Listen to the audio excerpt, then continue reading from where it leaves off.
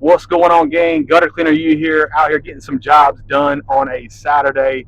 And just wanted to give you guys some insights, some feedback, and some tips and tricks on how to, be prepared when life happens, right? So I am no one special. Life happens to me just like it happens to everybody else. So before I get into everything, man, as always, thank you for being here.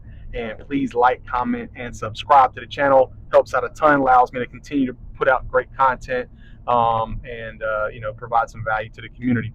So, quick recap: about 3 weeks ago, this beautiful truck of mine that I drive, and if you don't know what it is, it's a 2012 Nissan Titan. Look at some other videos, you'll see it. I bought it specifically for this job when I started Good Boy Up, and it has been an absolute beauty. No issues at all whatsoever until about 3 weeks ago. So 3 weeks ago, my power steering started to feel a little bit funky. Thought I needed to replace the fluid. Took it to the mechanic.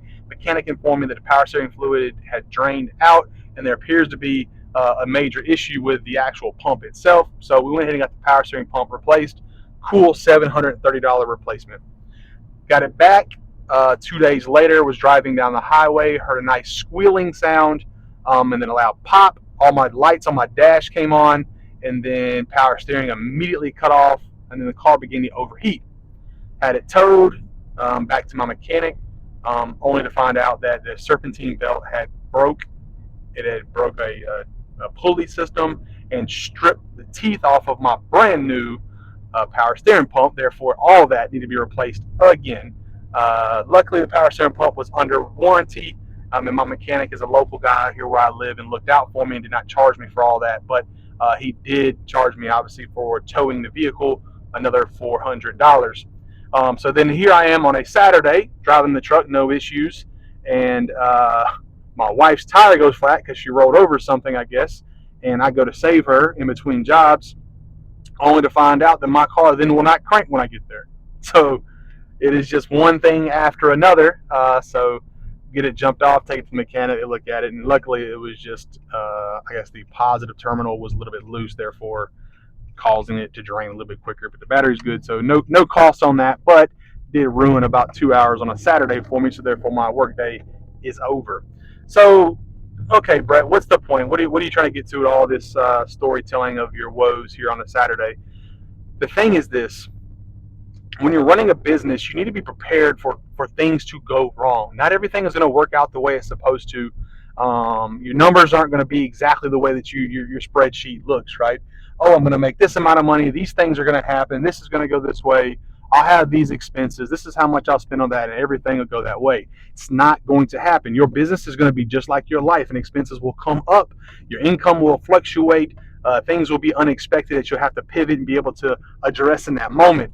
So when starting or running a gutter cleaning business, it is imperative that you put aside money for things like this to happen. And I'm not going to tell you exactly how to do that. Everybody has their own philosophies on their savings accounts or how they want to do their accounting or whatever. But if you are running your business and you are draining it every single week or month to pay yourself the absolute most you can and keeping your bank account on thin margins, there's going to be a day when something hits you that you are not prepared for, and something as simple as $3, $4, $5, $100, $1,000 could break your business and put you out of business very, very quickly.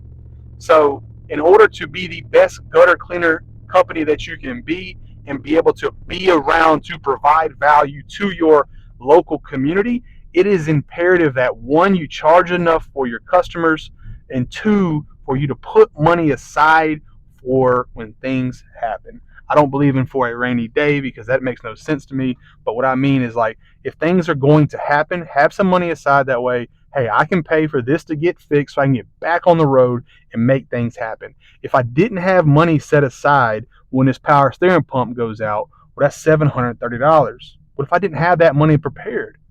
Well, how long is my truck going to have to sit at the shop until I get the money to do it? But wait, this truck is the way that I get to my customers in order to make money. So what am I going to do? I'm going to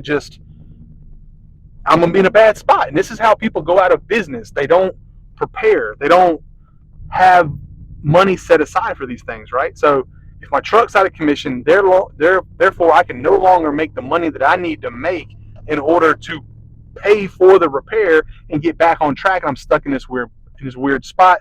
And the next thing you know, I got to close up shop and find another job or find another way to make some money because it's over, right?